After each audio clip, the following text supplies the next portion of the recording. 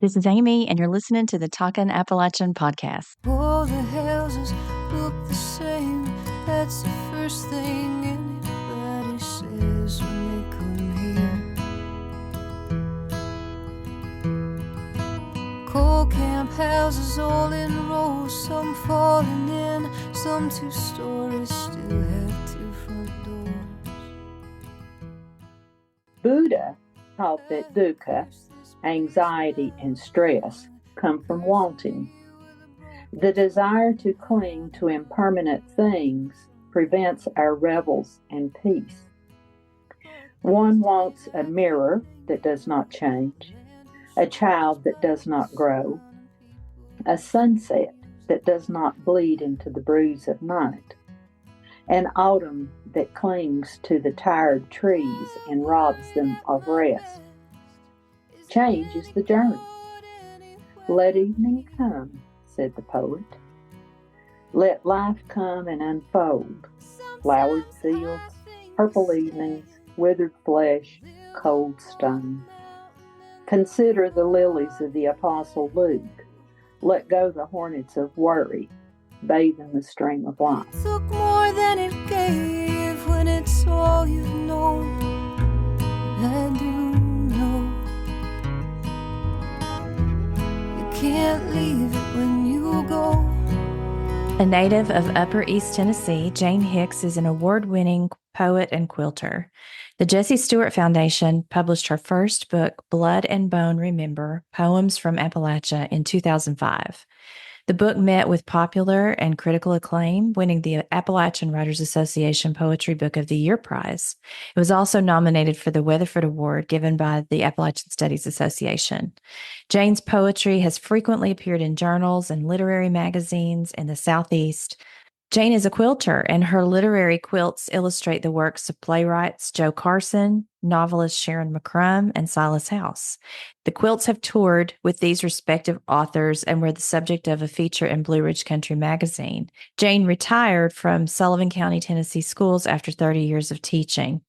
Her second poetry book, published in the fall of 2014 by the University Press of Kentucky, is titled Driving with the Dead. It also won the Appalachian Writers Association Poetry Book of the Year and was a finalist for the Weatherford Award. Her critically acclaimed third book, The Safety of Small Things, was published by the University of Kentucky Press under Hindman's Fireside Press imprint in early 2024. Please welcome Jane Hicks. It's good to see you, Jane. I haven't seen you since we were together at Hindman last December, I don't think. It's good to see you. When I saw you last, they were getting ready to release The Safety of Small Things, your most recent collection of poetry, which I definitely want to talk about because it is just such a beautiful collection, absolutely beautiful. But before we do that, because this is primarily about language and things like that, I wanted to talk to you about dialect because you contributed an essay for part 2 of Talkin' Appalachian, the book. And you talk about in that essay that you grew up in Northeast Tennessee in a blue-collar community. You went to a blue-collar high school, and you wrote, quote, "I could tie a hand of tobacco as well as I could play the trumpet in my high school band." You say that academically promising students were encouraged to leave the area and that the Vista workers who came in during the War on Poverty also encouraged you to get rid of your accent, as did the people you encountered in college. So you obviously have not gotten rid of your accent. Can you talk about what it means to you, what the way that you speak English means to you and to your writing? The late Joe Carson, poet, playwright, woman of many talents, said choice. And that I didn't know why I was keeping my accent till I heard her say that. And that kind of resonated with me in that I would not be told as an educated person how I should speak other than with correct grammar. And that's a part of who I am. And I didn't want to be changed.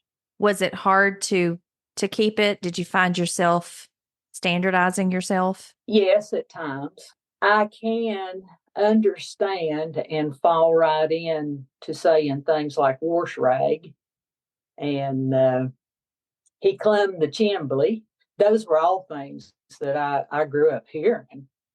I know that if I get outside the region, or even with younger people in the region, they might not understand that. But if I hear it, I certainly understand it because that's in my ear. When you hear some of the internet, there's programs with Ray Hicks where he's talking. All the old people, and I'm talking about the old people that I grew up around, that's what they sounded like. I wish I had some of them recorded, but that wasn't easy to do because I'm an old woman. We didn't have pocket recorders and such, when they were still around that I could have recorded them. But they very much sounded that way. And I know that God love my diphthongs. I can ride those diphthongs out as far as you might imagine. That's part of it. I think it's my history. I recorded my great grandmother in college using tape and a tape recorder, and I still have that. And I'm so glad that I did that. And I'm so thankful for the teacher that told me to go home and do that for an assignment because I have that for my children. And she had the most beautiful accent. And I'm just so happy to have preserved it. My grandfather was born in 1891. And except for a stint in France in World War I, sounded just like give anything, I mean anything, if I had him recorded. Yeah. Wouldn't that be something? It would be. He remembered when he saw in the newspaper about the Wright brothers. A lot going on there. The word that I'm working on for the next, well, actually, you'll come out after the episode. So this one with you will come out after this one. But the one I'm about to post this week is on the word redneck. Having to do with the Battle of Blair Mountain and all that good history. Yeah.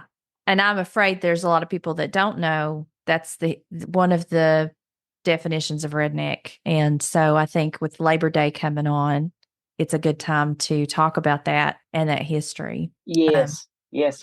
So let's talk about your writing. You're a poet and you've got several collections, which I talked about in the introduction. The most recent one is The Safety of Small Things. Very personal book. Beautiful book, but very raw and personal. And of course, I know some of what inspired this, but can you talk about the impetus for this particular collection and why you chose the title poem for the title of the book? The impetus for the book was my own treatment for breast cancer. And it started out to be something else.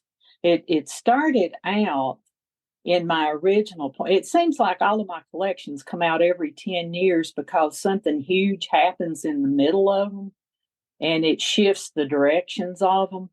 My last one was going to be about caregiving for my mother, but she died. So I had to fold all that in. And this one, I had started off on the idea of nature is healing.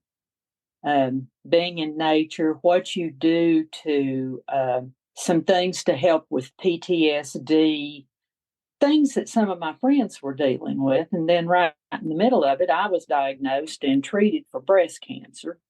That took a year. And then I had a terrible, terrible case of chemo brain. Just the worst that you could imagine. If you hear anybody talk about chemo brain, that's absolutely the day-to-day effects that chemo, and I think radiation too, are bound to have on your cognitive abilities. And I couldn't read, which was absolutely terrifying for me. I couldn't even listen to books on tape or to audiobooks. I couldn't even do that. And I couldn't remember what I was listening to. And that was a very hard time for me. One of my friends told me to keep a journal. She said, keep a journal and write down all this stuff from the very beginning because you won't remember most of it. And I thought, how in the name of heaven can anybody forget this stuff? And she said, you will. So I did keep a journal. It was 3 years before I could touch it, partly because of the chemo brain and not being able to process or to know what it meant. I could read it and say, oh, that happened. But to be able to process it and put it in any kind of order, I couldn't do that.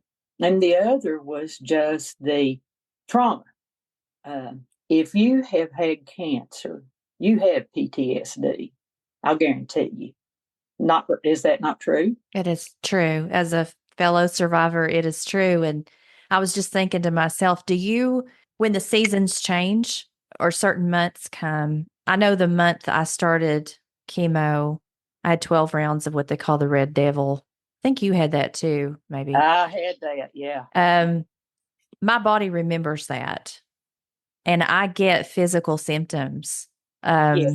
the same time of year every year. Absolutely. You know, my first collection was called Blood and Bone Remember. I think it does. I mean, that's processed trauma. It's learned trauma. And I also, from my experience as a teacher and as a counselor, my master's degree is in counseling. And people that I talked to, and I wanted to talk about adverse childhood experiences, which I do in the book. I managed to fold that in when I'm talking about trauma and healing, all that. That's how all that started out. And then I worked on myself. I think if you've had medical trauma, you most definitely have PTSD, and it's a very overlooked part of the treatment. I wish I could yell from the rooftops about that. And I sort of do in the book, I think. But I did write all that down. And then later, in the middle of the book's an 11-page poem that you could pull things out of, which I did. Two or three of those things I pulled out and wrote deeper poems about them. In 1912, built this town and brought the workers in. Gave them a store, paid them in scrip, and made indentured servants of the able-bodied men. My family came before the mines, rode through Pound Gap trying to find a place to make a home up on the ridge. It makes it hard to leave when you've been living here 200 years. It is a very personal book, but some of the poems are poetic eye. Some of these experiences belong to clients and students too, and it doesn't make any difference what belongs to whom. So see, I can still use objective case even though I sound like I'm straight out of the mountain. But anyway, that's what it wound up being about. It in finding grace, and you're offered. Have you heard the term glimmer? Yes. Glimmer is the opposite of a trigger. Yes. I'm looking for the glimmers, the small things, but we're all small things, because I also have that theme of a world within a world within a world. And the cancer is even that, Yeah. So all of those things fold in. All of those things work together in trying to discover some healing. I want my audience to hear you reading. I had a fellow one time at a reading. He said, I'd love to read your poems to you so you could hear them free of your accent. Oh, God. I'm not going to tell you what I said. I wasn't. The things people say. Let me read Safety of Small Things. I worry that my best isn't any good anywhere but here.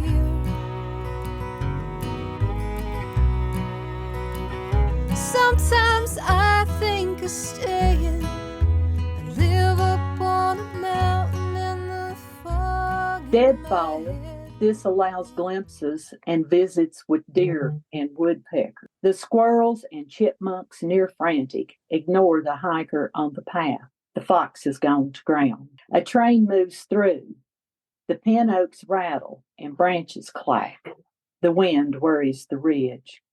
On the lee side, an inchworm measures a shelf fungus.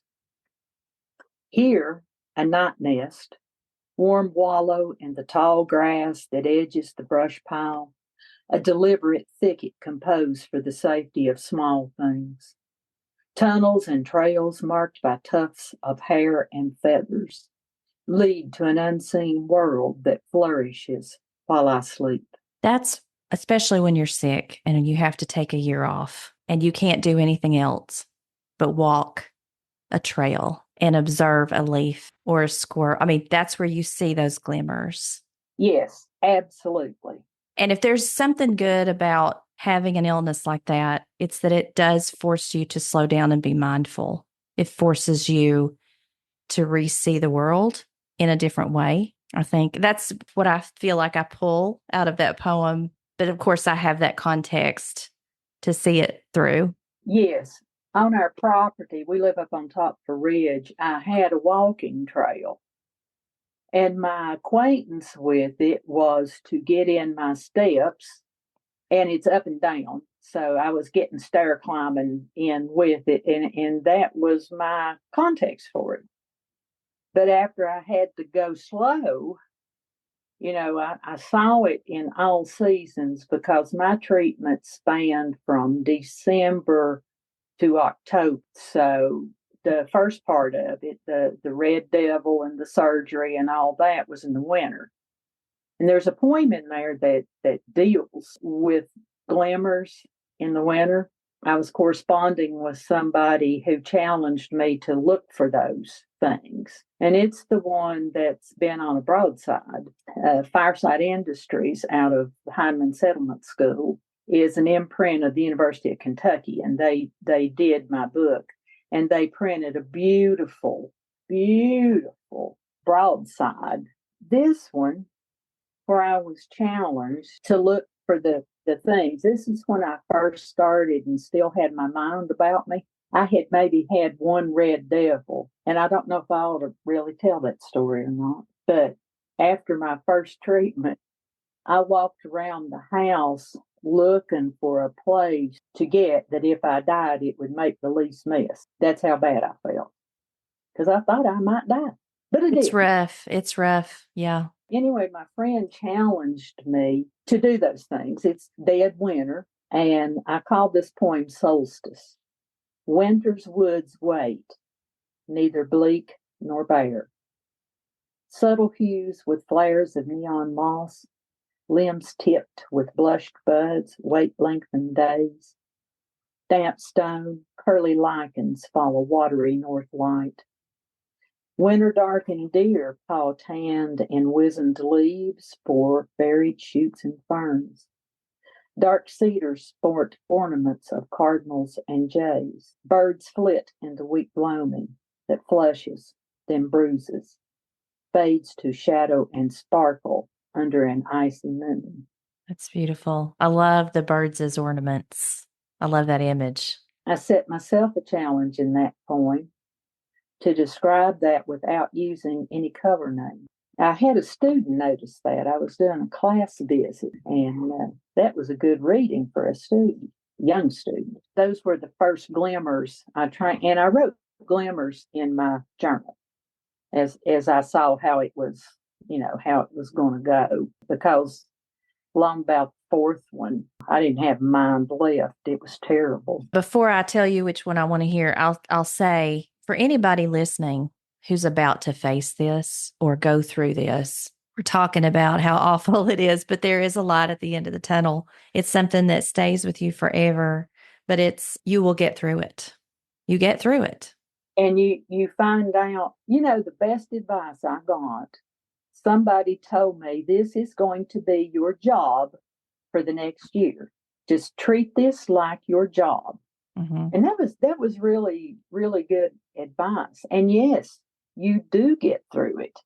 And yes, you're stronger than you think you are. You are. The one I think that's really spoke to me today, they all speak to me, and it was hard for me to pick, but I was ready just in case you asked me that, is longing. Oh. Because I feel like I'm facing this right now. I've got two teenagers, and I know I'm going to blink because I've got one that just started driving independently, which was really hard for me. But I know I'm going to blink and they're going to be gone. And when I look at pictures of my children as babies, I get so heartsick.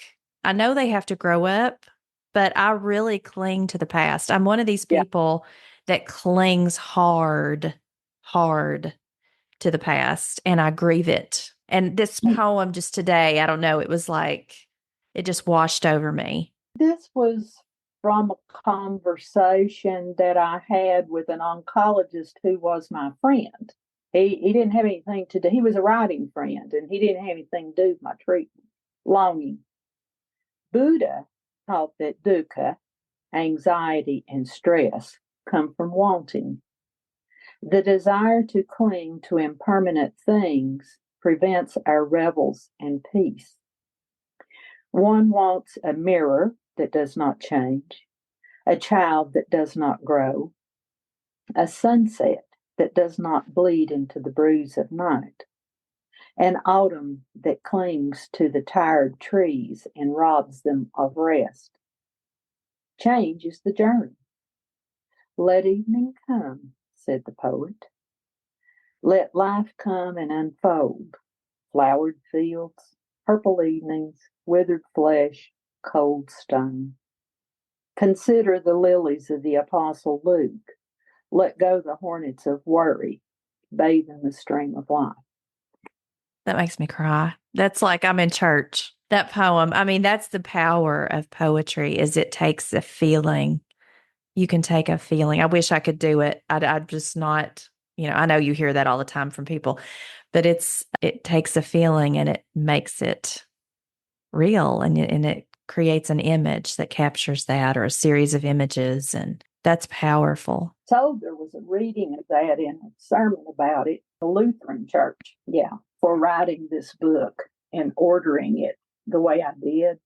If I ever had the chance, I hope to be able to talk to and help people who have been through cancer treatment. We're all different. It's none the same. One of my friends that I made in treatment that sat next to me wasn't even taking the same drugs I was, yet we both had breast cancer. But I had hoped to latch on to some of these things, to be able to talk to people and to help them. A number of people have told me they bought this book for somebody who had breast cancer or who had had breast cancer. And I hope it helps them. I'd like to work with some group. It'd be great to do a writing group with people who've had breast cancer. They are welcome to contact me on Facebook. They're welcome to message me on Facebook right now, and we could do something like that. So I'm including your email in the show notes in case writing groups or someone wants to get in touch with you about something like that, or having you come read. Yeah, I'd love to do that and have discussion. That was part of the reason for it, and it's kind of slowly spreading out. So I would really like to do that part of it. I've had some interesting encounters with high school students and college students where I've done readings, at high schools and universities whose parents are in treatment for cancer. And that's been some good dialogue too. It helps, especially when the person talking to you about it has experienced it. That's what makes all the difference. It's somebody that's gone through it.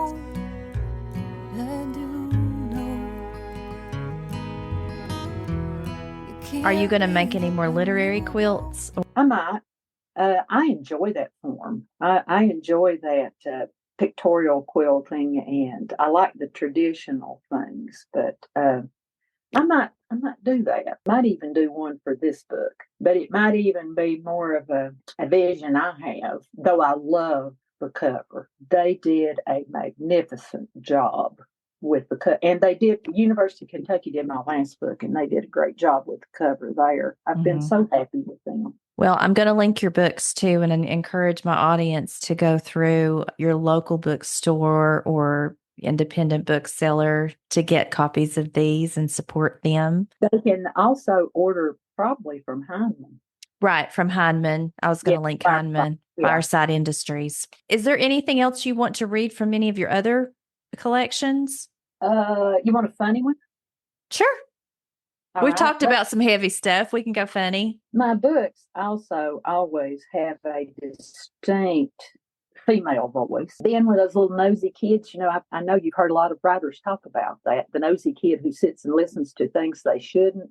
And I was one of those. And this couple lived up the holler. Now, see, right there, I called it hollow a while ago when I was reading, but now I said it's holler because they lived up the holler from my grandparents. And this fellow, when I was 10, maybe back in the early 60s, he was probably 80.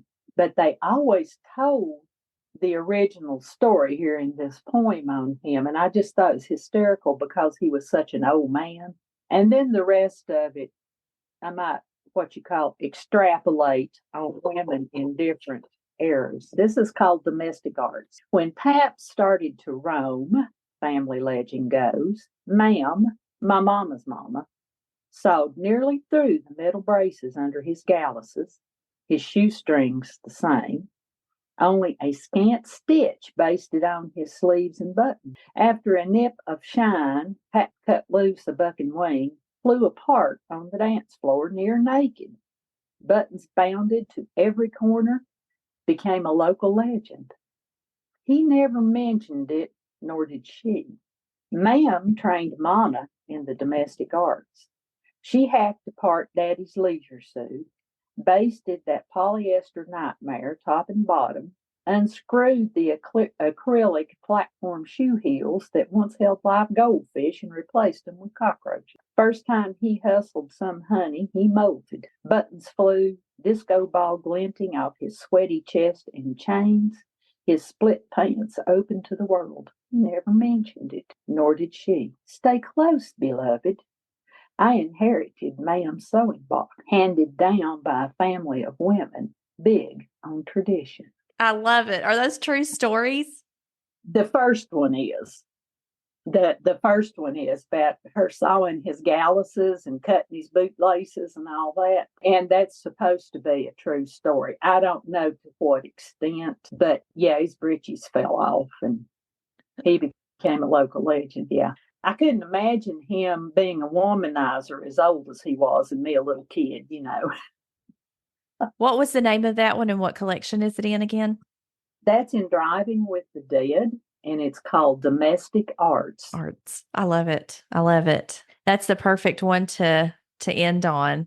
Always pleasure spending time with you. We need to see each other face to face soon. We do. Absolutely. We'll make that happen. And I want to encourage my listeners, if you have an opportunity to hear Jane read or go to a workshop, absolutely do it, because I can't write poetry, but when I do a Jane Hicks workshop, I come out with something that I'm proud of because I'm always inspired. What a treat. Thank you. Loading cars crush both legs between his hips and knees. They said he wouldn't walk again and doped him up on medicine that he kept taking after he was fine. His wife had bathed and dressed him, but he left her and both their kids. My daddy says he still remembers crying. I worry that my best isn't any good anywhere but here. Sometimes I think of staying. I'd live up on a mountain and the fog in my head would clear. There's no way of saying that it took more than it gave when it's all you know. I do know you can't leave it when you go.